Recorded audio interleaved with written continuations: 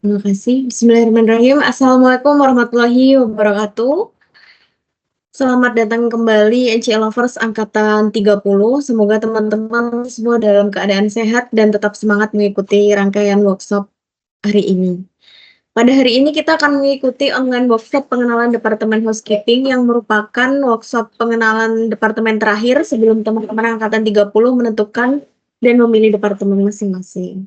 Melalui sesi ini, diharapkan teman-teman bisa mendapatkan gambaran yang lebih jelas terkait Departemen Housekeeping, sehingga dapat menentukan pilihan sesuai dengan minat dan potensi diri teman-teman. Seperti biasa, kegiatan hari ini dibuka dengan sambutan dari manajer NCL Madiun. Kepada Pak Yohanes, kami persilakan.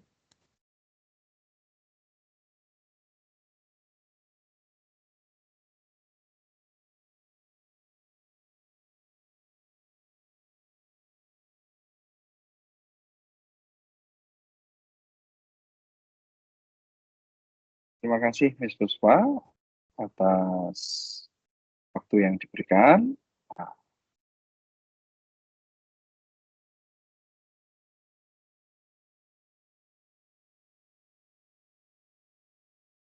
baik, Assalamualaikum warahmatullahi wabarakatuh. Pada kesempatan yang berbahagia ini, kita mengucap syukur ya, sudah masuk di hari terakhir dalam kegiatan workshop online kita. Dan pada kesempatan ini, kita akan membahas terkait Departemen Housekeeping, ya. Salah satu departemen yang cukup diminati di NCL Madiun. Jadi nanti hari ini teman-teman belajar apa itu housekeeping, siapa saja yang bekerja di housekeeping, terus bagaimana mereka bekerja, dan mungkin beberapa di antara kalian yang ingin masuk departemen housekeeping bertanya, kenapa saya harus pilih housekeeping ya? Nanti silahkan disimak penjelasan dari Pak Fitra, struktur NCL Madiun yang memiliki berbagai macam pengalaman terkait dunia housekeeping yang nantinya mungkin bisa menginspirasi teman-teman bagi teman-teman yang sekarang berminat untuk masuk di Departemen Housekeeping. Hari ini juga ada pemateri kedua, Kak Fatih ya. Kak Fatih ini adalah alumni NCL di Departemen Housekeeping yang sekarang mengikuti program J1 Amerika. Jadi sekarang Kak Fatih ada di Amerika. Nanti silahkan teman-teman yang ingin menanyakan terkait bagaimana bekerja di housekeeping di Amerika, atau mungkin teman-teman tidak berminat di housekeeping namun berminat di office atau front office, terus kemudian pengen ikut J1 Visa di Amerika, nanti silahkan bertanya kepada Kak Fatih seperti itu ya. Saya juga mengingatkan kembali buat teman-teman, rangkaian kegiatan NCL Madiun akan dimulai besok. Silahkan nanti teman-teman bisa datang, bagi yang perempuan saja ya, bagi yang perempuan besok bisa datang, mulai masuk di asrama, di kos. Pak, kalau saya rumahnya Madiun, apakah perlu datang? Rumah saya mungkin belakang NCL seperti itu, apakah perlu datang? Ya, tidak perlu datang ya. Besok yang datang itu hanya yang akan tinggal di Madiun seperti itu. Sedangkan di hari Jumat, teman-teman nanti akan ada yang laki-laki yang ingin kos dan juga yang tinggal di asrama. Jangan lupa grupnya bisa selalu dilihat, dipantau, karena ada pengumuman-pengumuman yang penting buat teman-teman nanti untuk bisa join saat di NCL Madiun ya. Jadi silahkan mempersiapkan diri dengan baik dalam waktu kurang lebih sampai jam 9.30. Nanti teman-teman bisa bertanya tentang housekeeping itu apa ya. Selain itu ya, mungkin tadi beberapa di antara teman-teman yang kolom komentarnya belum bisa on ya. Ini saya juga lagi mencari tahu kenapa ini, penyebabnya apa ini ya.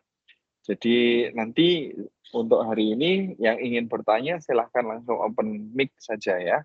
Open mic saja terkait daripada housekeeping, atau teman-teman mau ke Amerika nih, ikut J1 Visa seperti itu. Oke, terima kasih, selamat belajar, selamat mendapatkan inspirasi sebanyak-banyaknya sebelum masuk ke NTL Madiun. Saya akhiri. Assalamualaikum warahmatullahi wabarakatuh. Silakan, guys. Waalaikumsalam warahmatullahi wabarakatuh. Terima kasih Pak Yohanes atas sambutan dan juga arahannya. Berikutnya kita akan memasuki penyampaian materi housekeeping yang akan disampaikan oleh Pak Fitra, pengajar Departemen Housekeeping NCL Madiun. Kepada Pak Fitra, waktu dan layar kami persilakan. Oke, terima kasih Ms. Puspa dan Pak Jo.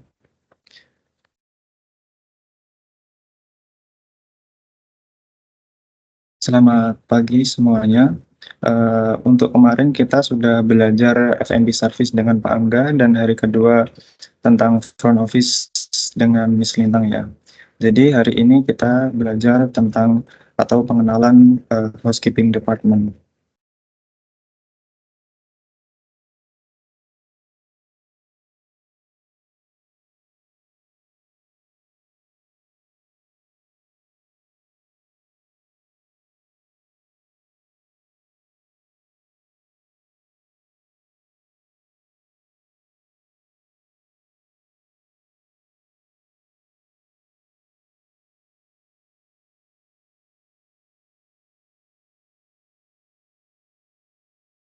Oke, apakah slide-nya sudah kelihatan? Sudah, Pak. Oke, jadi hari ini kita akan belajar tentang housekeeping department introduction.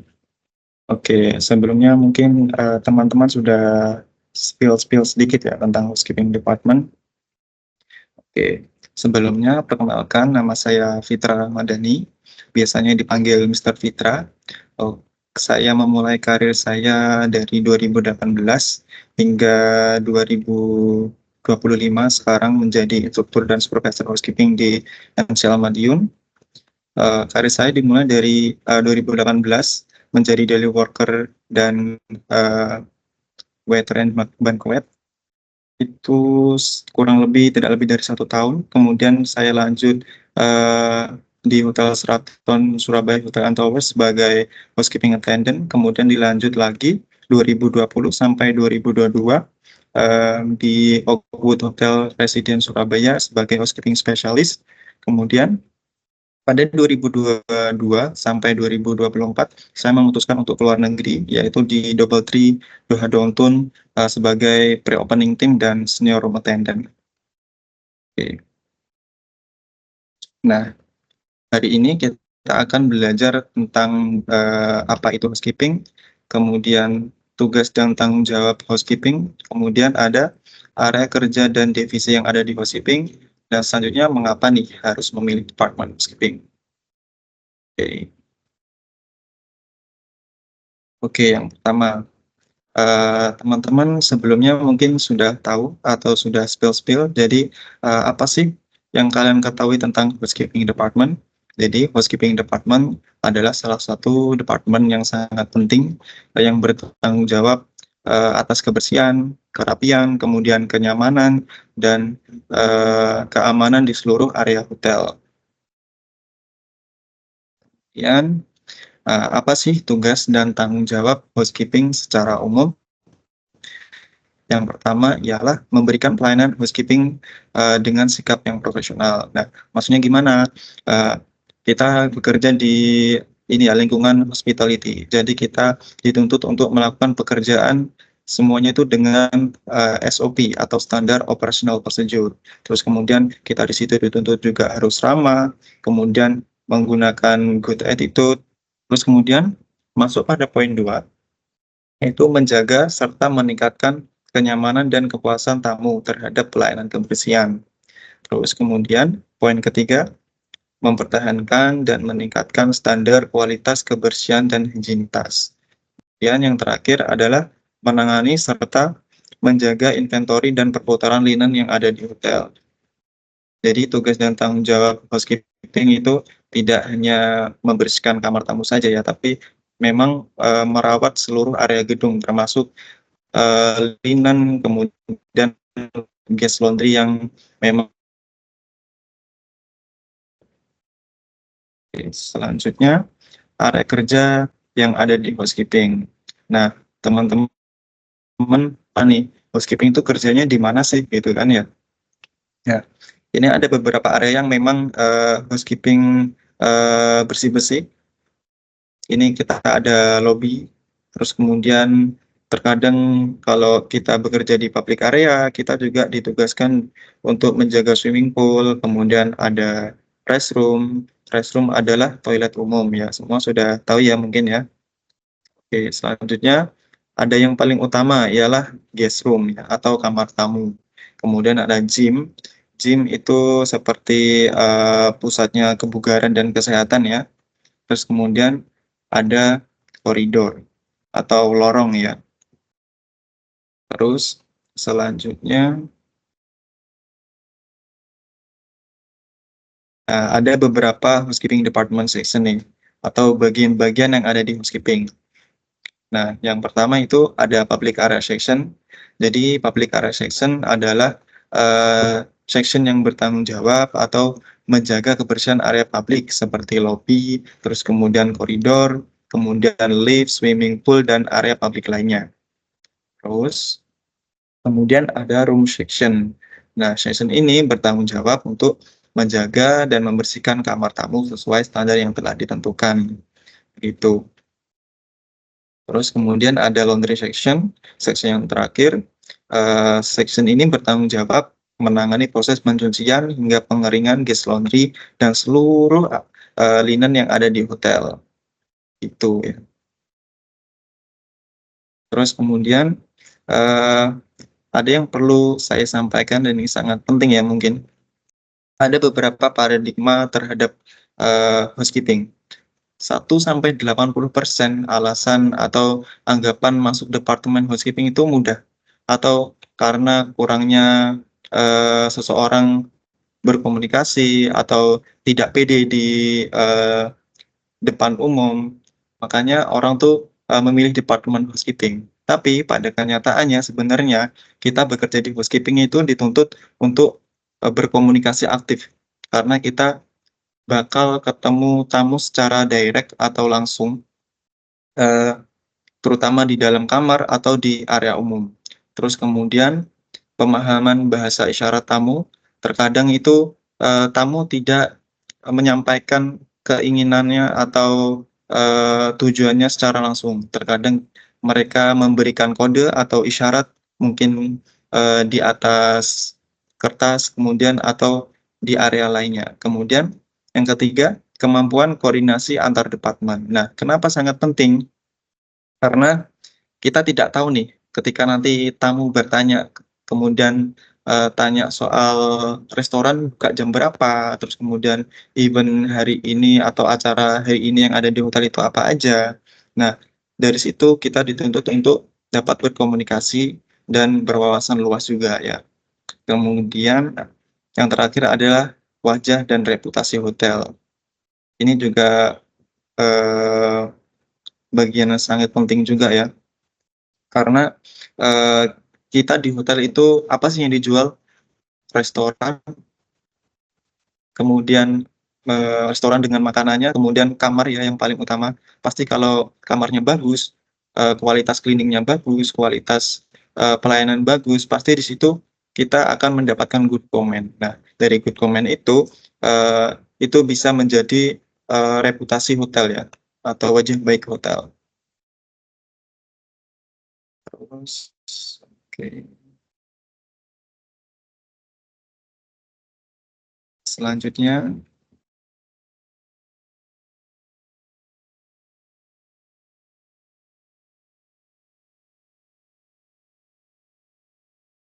oke, mengapa harus memilih departemen housekeeping? Yang pertama adalah housekeeping adalah jantung operasional hotel. Di situ juga housekeeping adalah high demand. Maksudnya high demand itu apa? Permintaan atas housekeeping itu tinggi ya, karena pekerjaan ini tidak bisa digantikan dengan mesin. Terus kemudian kalau housekeeping tidak ada di sebuah hotel, pastinya tidak bisa menjual kamar. Begitu. Terus kemudian peluang dan jenjang karir global yang sangat luas. Jadi tidak hanya ini ya, kalian bekerja sebagai cleaning service saja, tapi di sini kalian juga bisa berkarir, mulai dari attendant, kemudian supervisor, kemudian senior supervisor hingga manager. Kemudian ada skill yang dapat digunakan di mana saja. Nah, ketika kalian sudah bekerja di dunia perhotelan, khususnya housekeeping, nah, skill itu bisa digunakan di mana saja, tidak hanya di hotel atau kapal pesiar ya. Ini bisa digunakan mungkin di pergudangan, kemudian perkantoran, atau area publik lainnya yang dari instansi pemerintah. Begitu. Oke. Selanjutnya, nah kemudian menumbuhkan serta membentuk mental disiplin dan tanggung jawab. Nah, kenapa begitu? Karena pada mayoritas atau paradigma masyarakat itu tadi ya, beranggapan bahwa masuk housekeeping itu mudah. Tapi ketika mereka sudah masuk pada dunia housekeeping, pasti mereka akan mulai membentuk mental disiplin, kemudian tanggung jawab dan komunikasi tentunya. Terus kemudian ada yang terakhir adalah kesempatan bekerja di hotel internasional dan cruise ship atau kapal pesiar ya. Oke.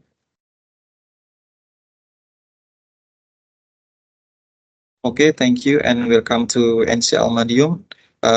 Mungkin saya serahkan kembali kepada Miss Puspa jika ada yang mau bertanya.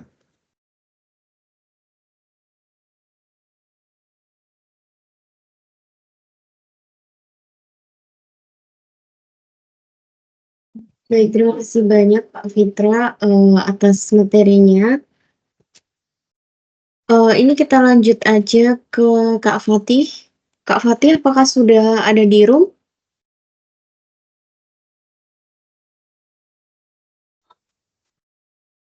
Siap. Ya baik, langsung saja kita. Bisa dengar suara saya? Ya, bisa Mas Fatih. Oke. Baik, langsung saja. Silakan Mas Fatih. Oke, pertama-tama perkenalkan nama saya Fatih Hardiansyah, asal Aceh, yang sekarang melakukan J1 internship di Amerika. Saya lulusan tahun 2024 kalau nggak salah ya. Ya,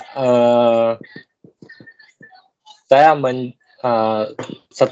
setelah habis sekolah tamat dari SMK, saya langsung menempuh jalur pendidikan lewat NCL Madiun, dan saat itu langsung magang program Taiwan kalau nggak salah, itu sekitar 6 bulan di Taiwan. Setelah dari Taiwan, saya langsung kembali ke NCL dan menanyakan dengan Pak Jo tentang program J1 Amerika. Setelah bertanya dan saya disuruh datang ke Bali menemui agensi, dan pada saat itu saya melalui proses yang disebut panjang ya, tidak terlalu panjang, dibilang pendek ya tidak terlalu pendek juga. Dan akhirnya saya lulus interview visa dan akhirnya berangkat ke Hotel Amerika. Dan itu J1 program itu sistemnya magang ya, jadi selama setahun, dan sekarang sedang magang di hotel berbintang di Amerika. Dan ya akhirnya itu membuktikan bahwa impian saya sangat benar-benar nyata pada saat itu. Dan setelah sampai di sini, ternyata Amerika itu sangat baik untuk mencari uang ya, terus mencari pendidikan, untuk upgrade karir, untuk upgrade bahasa Inggris, dan semuanya itu sangat bagus. Dan sekarang sudah sekitar 8 bulan saya di sini. Ya, di sini kalau culture-nya, budayanya di sini juga sangat menghargai, sangat enak dan nyaman. Oke. Kalau ditanya tentang untuk pengalaman untuk jika adik-adik yang ingin langsung seperti mengikuti jejak seperti saya setelah tamat NCL Madiun dan ingin bekerja ke Amerika, itu sangat bisa sekali ya. Soalnya waktu itu saya juga tanya ke Pak Jo ini. Dan ternyata itu sangat bisa sekali jika ingin memiliki pengalaman internasional, dan yang pastinya harus improve bahasa Inggris lah.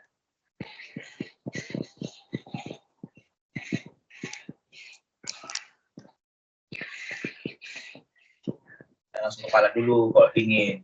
Oke. Mas Fatih, sehat ya, Mas Fatih? Sekian. Gimana kabarnya? Ya, alhamdulillah.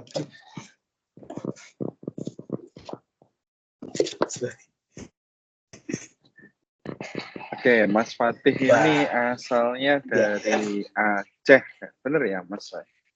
Dari Aceh, Sir. Ya, benar. Ini saya pakai baju NCL ini. Sama? Kangen NCL sudah. Oke. Kepalanya kepalanya Setia sekali dengan NCL Madiun ya. Iya, Sir. Itu saya dengar dari belakang orang Indonesia juga ya Mas ya itu ya? Oh iya, ada orang Indonesia juga di sini. Waktu itu di sini berempat, cuman sekarang tinggal bertiga soalnya yang dua sudah selesai. Jadi ini tinggal berdua. Oke. Mas Fatih sekarang bekerjanya di hotel apa sih? Di hotel Great, namanya Hotel Great Wolf Lodge, itu hotel resort. Dia memiliki lebih dari 50 cabang hotel di Amerika Serikat. Oke, dan di sana hotelnya rata-rata itu berbintang 4.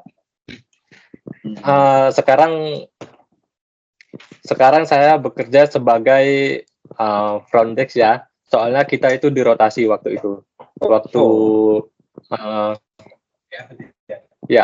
Waktu penerimaan training plan-nya itu, perencanaan pelatihannya itu memang kita waktu itu dirotasi ya sebagai room division. Jadi selain bekerja housekeeping, setelah di housekeeping saya dirotasi untuk front desk untuk belajar tentang melayani tamu check-in, tamu check-out. Jadi kita belajar semua tentang itu. Dan sangat banyak sekali manfaat yang didapat ya. Selain memperlancar bahasa Inggris, juga kita belajar komputer juga. Jadi kita itu tidak dipaksa, kita bakal diajarin pelan-pelan, pasti bisa kok. Ya, waktu itu saya bilang saya tidak terlalu bisa komputer, tapi mereka membimbing, sangat benar-benar membimbing, dan akhirnya saya sudah 1 bulan sebagai front desk dan saya bisa untuk melayani tamu check-in dan tamu check-out gitu Sir. Oke, luar biasa Mas Fatih. Jadi awalnya di housekeeping ya, 6 bulan pertama ya di housekeeping ya. Awalnya 6 bulan pertama di housekeeping, dan saya belajar membersihkan kamar. Kalau nggak salah 1 hari itu 8 kamar atau 10 kamar, itu rata-rata kamar ini ya, kamar suite, kamar yang memiliki 3 tempat tidur, bahkan memiliki lantai atas juga, ada dapurnya, kita membersihkan semua ruang tamu gitu. Oke, jadi kalau dilihat jumlahnya sih sebenarnya sedikit ya, cuma 10 atau 8 gitu ya. Tapi kalau tipenya suite, mungkin Pak Fitra bisa membantu menerangkan ke teman-teman juga ya. Tadi Pak Fitra bisa open kamera sebentar Pak.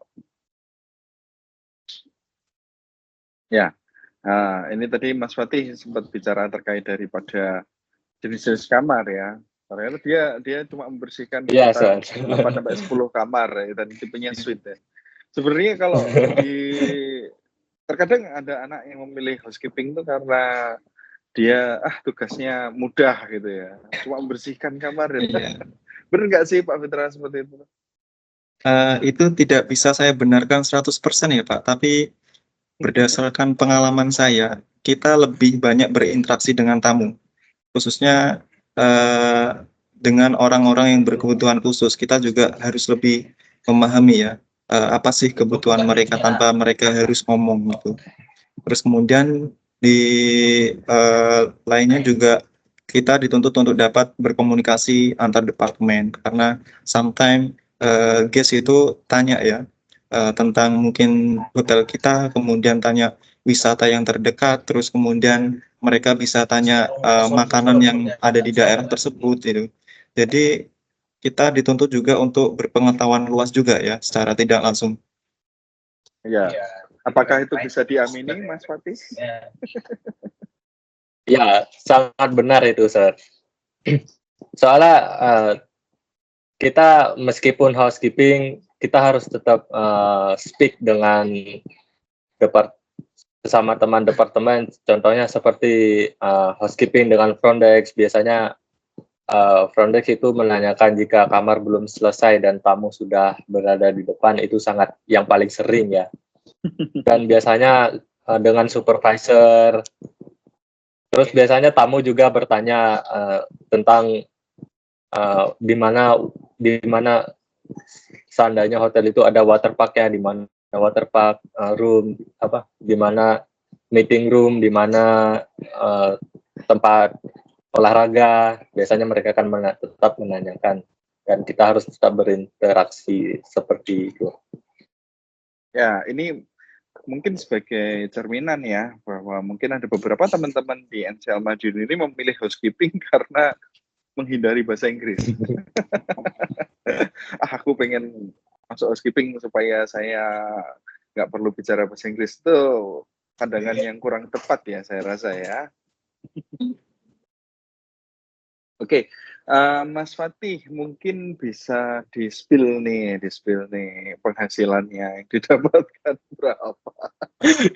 Pakai US dollar aja Mas, biar teman-teman nanti.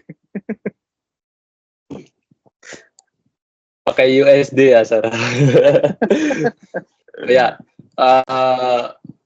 waktu itu di perjanjian kontraknya itu saya untuk bekerja di sini, mereka pembayarannya itu pakai US dollar ya, 1 jamnya itu 17,5, dan dalam waktu 2 minggu itu 64 jam itu di dalam kontrak.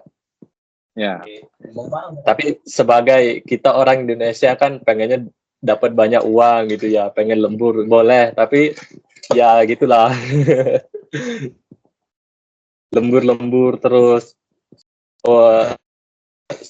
Kemarin waktu Christmas saya lembur pokoknya nggak peduliin lah apa itu jam-jamnya kan. Dapat 110 jam itu dalam waktu 2 minggu jam aja. seminggu, 2 minggu. Mas, tolong langsung aja. Tapi kalau memang Umpenya berapa dolar gitu loh. Ya, kalau di sini soalnya hotel saya musiman tuh. Kalau musim panas pasti dapat, kalau 3.000 US dollar pasti dapat ya. Ya, Itu itu sudah potong pajak biasanya. Betul, Pak. Sudah potong pajak, jadi tinggal potong biaya rumah palingan kalau biaya rumah 440. Oke, jadi dapat kalau itu kan ramenya 3.000, kalau nggak rame berapa? Kalau nggak ramenya 2.500 itu udah paling sepi tuh, Sir. 2.500 ya, 2.500 ya. Paling Teman-teman sepi. silakan langsung buka Itu kalau Google-nya. iya. Itu kalau kita ngikutin jam normalnya saja ya, untuk magang di hotel untuk J1. Itu kalau kita ngikutin jam normal. Tapi kalau kita mau lemburan sana sini udah pasti lebih. Ini ada kalimat kesana sini, itu emangnya Mas Fatih sana sininya kemana? Kalimat sana sini ya, Sir. Ya itu biasa lah. Kerja di tempat lain seperti itu juga ya. kerja di tempat lain. Tapi kalau di daerah saya itu soalnya mereka di sini itu kalau di musim panas rata-rata ada sekitar lebih dari 2.000 atau 3.000 jewan mereka di sini, dan otomatis mereka kan tidak punya di sini transportasi sangat minim, dan ya dan begitulah nah, saya membeli mobil dan jadi taksi online di sini untuk beberapa orang yang jauh dari itu apartemennya, Sir. Jadi ya Jadi ini itulah pekerjaan sampingnya. pekerjaan sampingan Mas Fitra ini, Mas Ya, Fatih nih. Mas Fatih ini dia jadi taksi online ya.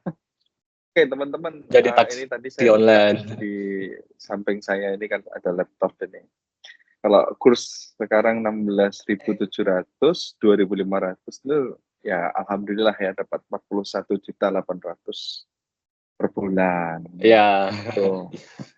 Ya bersyukurlah. Kalau Pak Fitra, bener nggak sih Pak Fitra? Ini sebelum masuk ke teman-teman ya. Pak Fitra ini sempat ke Timur Tengah ya, ke Timur Tengah. Memang semuanya ini tergantung pada kurs sebenarnya ya, tergantung pada kurs. Kalau di US dollar kan memang kursnya tinggi. Kalau waktu di Timur Tengah itu bener nggak sih kalau kita lagi kerja itu orang-orangnya suka ngetip terus kemudian ninggalin sesuatu di kamar gitu. Iya Pak, Itu kayak betul gimana sekali tuh? Pak. Ini saya sedikit cerita pengalaman saya pas waktu di Timur Tengah ya Pak. Mayoritas di sana tuh orang Arabik, khususnya orang lokal ya. Mereka tuh tipikalnya kepercayaan. Jadi ketika mereka cocok dengan satu orang, mereka bakal ngasih apa aja, bahkan ketika kita tidak minta. Bahkan pada waktu itu saya ketemu tamu dari Romania, terus kemudian Madinah, tamu dari memang asli Qatar. Nah, mereka itu kebetulan menginap dalam jangka waktu lama, 1 sampai 2 tahunan.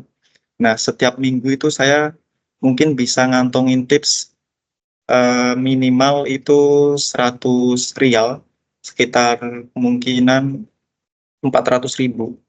Terus kemudian kalau bulanan itu ada tamu saya yang dari Arabik, beliau itu ngasih tipsnya itu sekitar 1.000 rial, itu sekitar 4 juta. Terus eh, ada lagi yang tamu dari Madinah itu saya dapat sekitar 700 rial, sekitar mungkin dua dua setengah mungkin ya. Memang cukup banyak. Memang gaji basicnya di sana tidak besar, tapi untuk tipsnya di sana terus menerus memang banyak banget, karena khususnya orang luar, khususnya Timur Tengah itu sangat suka sekali ya dengan kinerjanya orang Indonesia, karena yang dikenal dengan ramah, memahami tanpa ngomong, itu ya memang benar adanya gitu. Oke, luar biasa. So ini jadi anak-anak angkatan 30 bingung nih, milih servis atau milih housekeeping nih. Dulu emang Mas Fatih ini kenapa sih milih housekeeping? Kenapa milih housekeeping? Awalnya juga sama berpikiran bahwa English itu nggak penting. Tapi selama saya belajar dan mengetahui dan mengoreksi, banyak-banyak nonton film YouTube tentang orang-orang yang sukses di housekeeping di luar negeri, dan ternyata Inggris itu sangat penting. Dan akhirnya saya belajar terus keras, dan akhirnya setelah setelah selesai dari Taiwan langsung tanya ke Pak Jo, dan Pak Jo ini langsung bilang, saya lihat Inggris kamu ya sudah lumayan lah, yaudah sana langsung aja ke Bali langsung. Ya setelah dari Bali langsung interview visa, langsung berangkat. Ya, baik. Oke, kita kembalikan dulu ya ke Miss Puspa. Miss Puspa silahkan dibantu untuk sesi Q&A. Silakan Mas Puspa. Ya baik, terima kasih banyak Pak Jo, Pak Fitra dan juga Kak Fatih atas pemaparannya yang sangat luar biasa. Mungkin buat teman-teman yang ingin ditanyakan silakan open mic. Ini kesempatan buat teman-teman yang masih bingung nih mau pilih di departemen apa nih bisa ditanyakan buat ke Kak Fatih, ke Pak Fitra, bisa ya. Silakan teman-teman.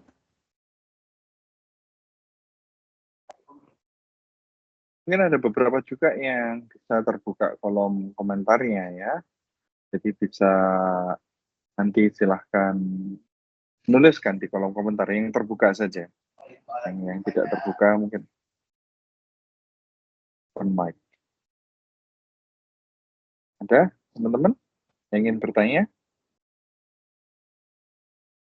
Ini sama siapa? Kita dua jadi Itu yang belakang orang Medan, Mas Fatih. Iya, Sir. Ada teman-teman yang ingin bertanya?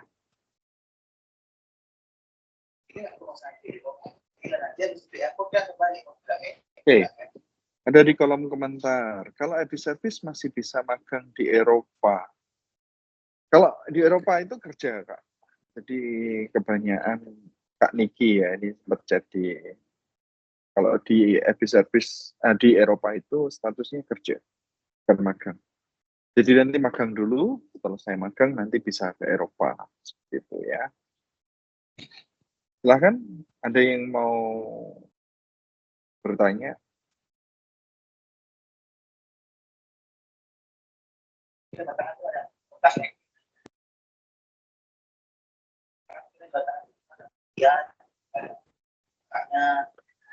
Mungkin sambil menunggu ya, saya mau nanya kepada Mas Fatih juga ini. Mas Fatih, bisa dijabarkan sih kesulitan jadi seorang housekeeping itu seperti apa sih? Nanti bisa ditambahkan dengan Pak Kesulitan, Fitra, ya. Kesulitan di housekeeping itu kalau di Amerika itu biasanya tamu yang late check out, terus tamu yang late check out itu, Sir. Kalau misalnya kita dapat kamar yang late check out sampai jam 2 dan kamar itu sudah dipesan dari tamu yang lain yang ingin menginap. Nah, itu di situ sedikit kesulitan. Tapi biasanya supervisor bakalan bantu ngebersihin juga. Jadi ya kita kerja berdua di dalam itu. Jadi kita terbantu gitu. Nggak bakal sendirian gitu. Biasanya seperti itu aja, kita bakalan buru-buru gitu. Oke, kalau Pak Fitra mungkin bisa menambah. Oke, mengenai late check out itu tadi saya ada sedikit cerita yang mengesankan ya Pak, waktu saya masih bekerja di Surabaya. Jadi itu pas waktu ada gempa bumi ya, itu tiba-tiba tamu satu keluarga satu floor itu minta itu early check out. Dan di saat yang sama mereka mau pindah kamar di floor yang berbeda, yang lebih rendah. Mintanya satu floor semua. Itu kita benar-benar merasa kesulitan ya, karena harus mengosongkan satu floor dan negosiasi dengan beberapa tamu untuk dipindahkan gitu. Jadi kita bergerak satu tim itu, satu housekeeping, kita cleaning satu floor. Ada berapa kamar ya itu waktu itu? Ada mungkin 24 kamar. Karena kebetulan di situ kan memang tamunya tamu wedding. Tamunya tiba-tiba merasakan ada gempa, terus kemudian minta move lantai yang lebih bawah. Terus kemudian yang kedua soal ini ya, memahami tamu sama preference. Terkadang kita itu susah untuk memahami tamu. Kadang tamu tuh maunya A, tapi kita nangkepnya B.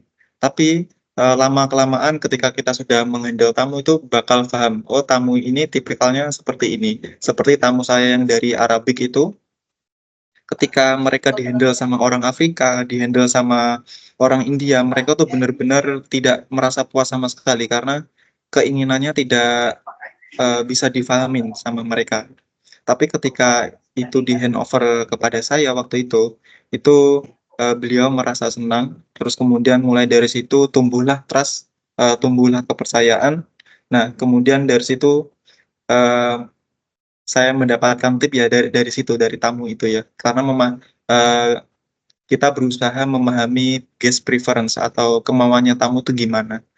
Bahkan saya pas waktu sebelum pulang dari Timur Tengah itu sempat beliau tuh bilang begini, kamu itu seperti keluarga saya, anak saya.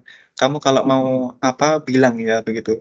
Sampai saya pas waktu pulang itu berpamitan, saya dikasih amplop.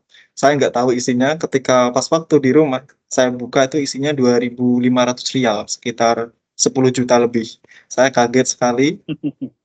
Tapi sampai sekarang saya masih berhubungan dengan beliau, masih berkomunikasi, bahkan sampai waktu beliau pergi ke Saudi, pergi ke Jepang, dia tuh ngasih picture ke saya. Ini saya lagi di sini nih, karena ya memang bentuk komunikasi kita bagus dalam membangunnya begitu.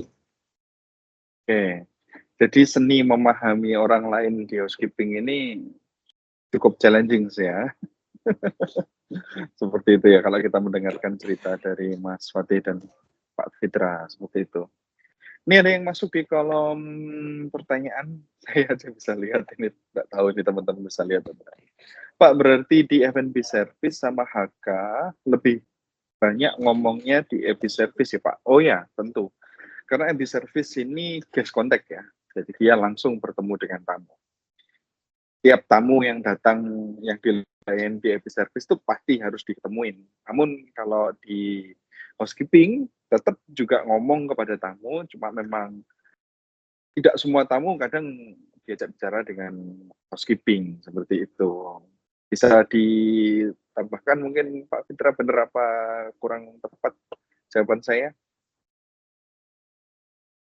Bisa dibilang iya, bisa dibilang enggak juga sih Pak. Soalnya Oh ya, oke. begini ya, di housekeeping itu kondisional. Soalnya kadang itu kita ketemu tamu yang suka ngomong, kadang tuh ketemu tamu yang memang orang yang pendiam, kadang ketemu orang yang medium ya, tengah-tengah, suka ngomong, tapi juga nggak terlalu banyak ngomong begitu.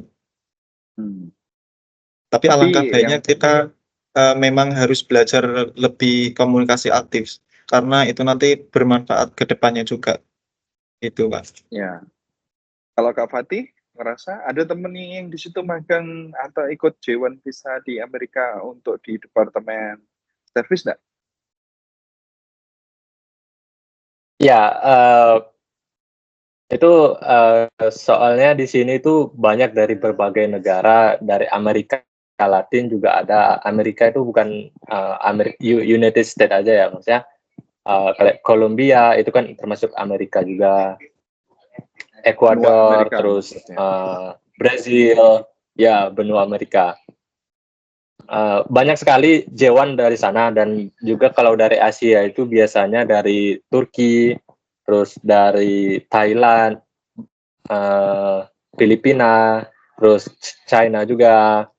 Ya, kalau housekeeping itu waktu di jam-jam akhir biasanya mereka kan selesai tuh. Nah, biasanya tuh ngobrol-ngobrol sambil membersihkan kamar yang belum selesai. Pasti ada kontak ngobrol lah gitu. Sambil ngulur-ngulur jam. Biasanya itu ya Ya, itu ya. kebahagiaan juga.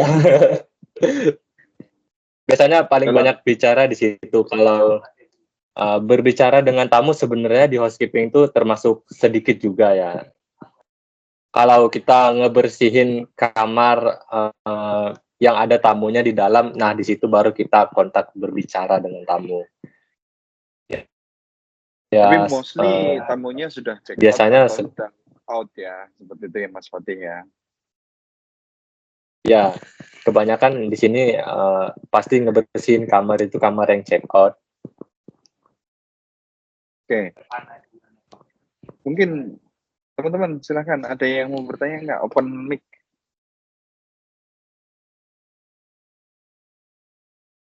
Benar.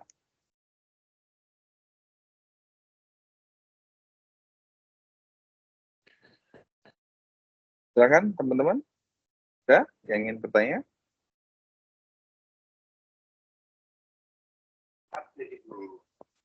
Oke, mungkin malu-malu.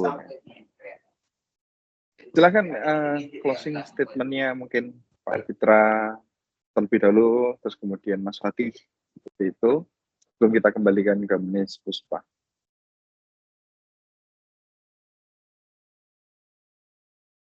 Pak Fitra? Mungkin Mas Fatih dulu. Silakan.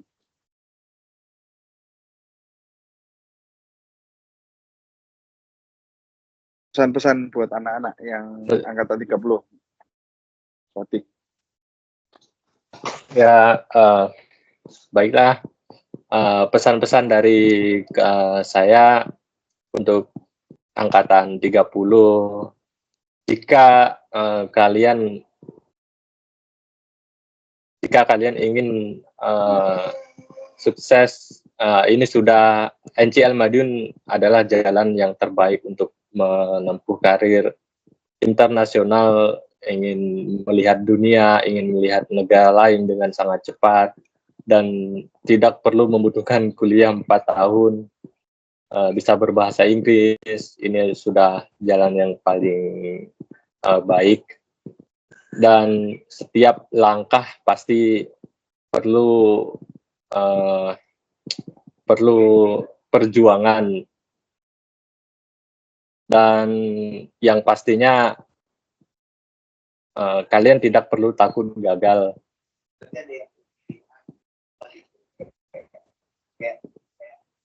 Ya, itu saja saran dari saya. Oke, thank you very Ya, much.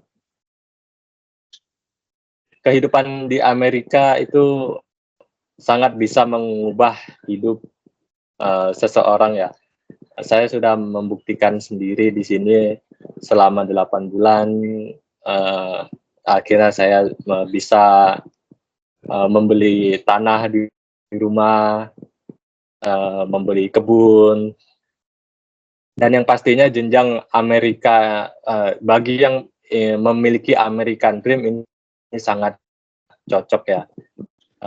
Soalnya 5 tahun saja berkarir di sini atau lebih juga nggak masalah.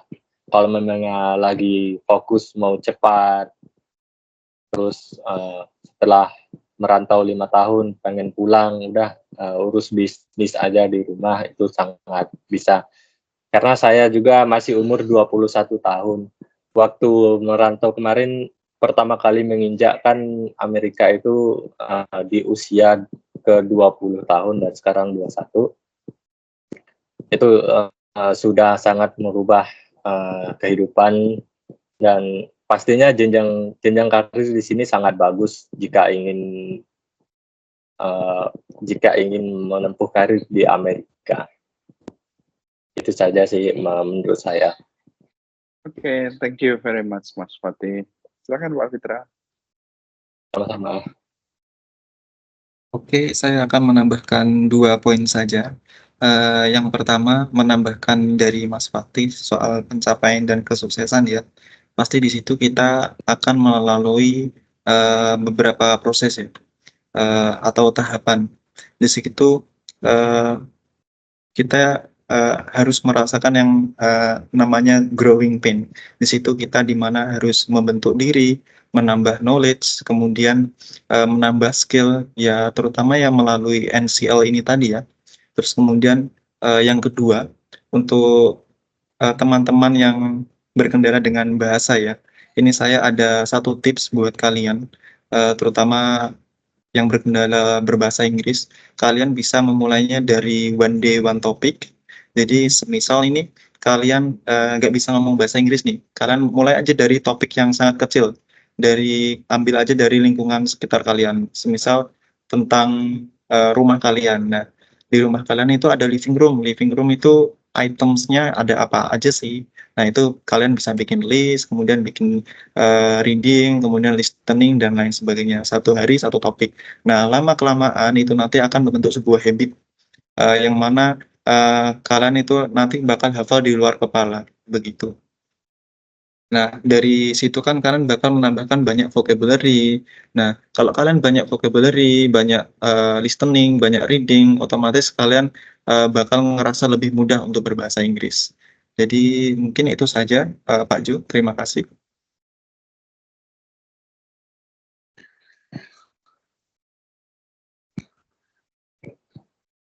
Baik, terima kasih banyak Pak Jo, Pak Fitra, dan juga Kak Fatih, serta seluruh NCL Lovers Angkatan 30 atas perhatian dan partisipasinya.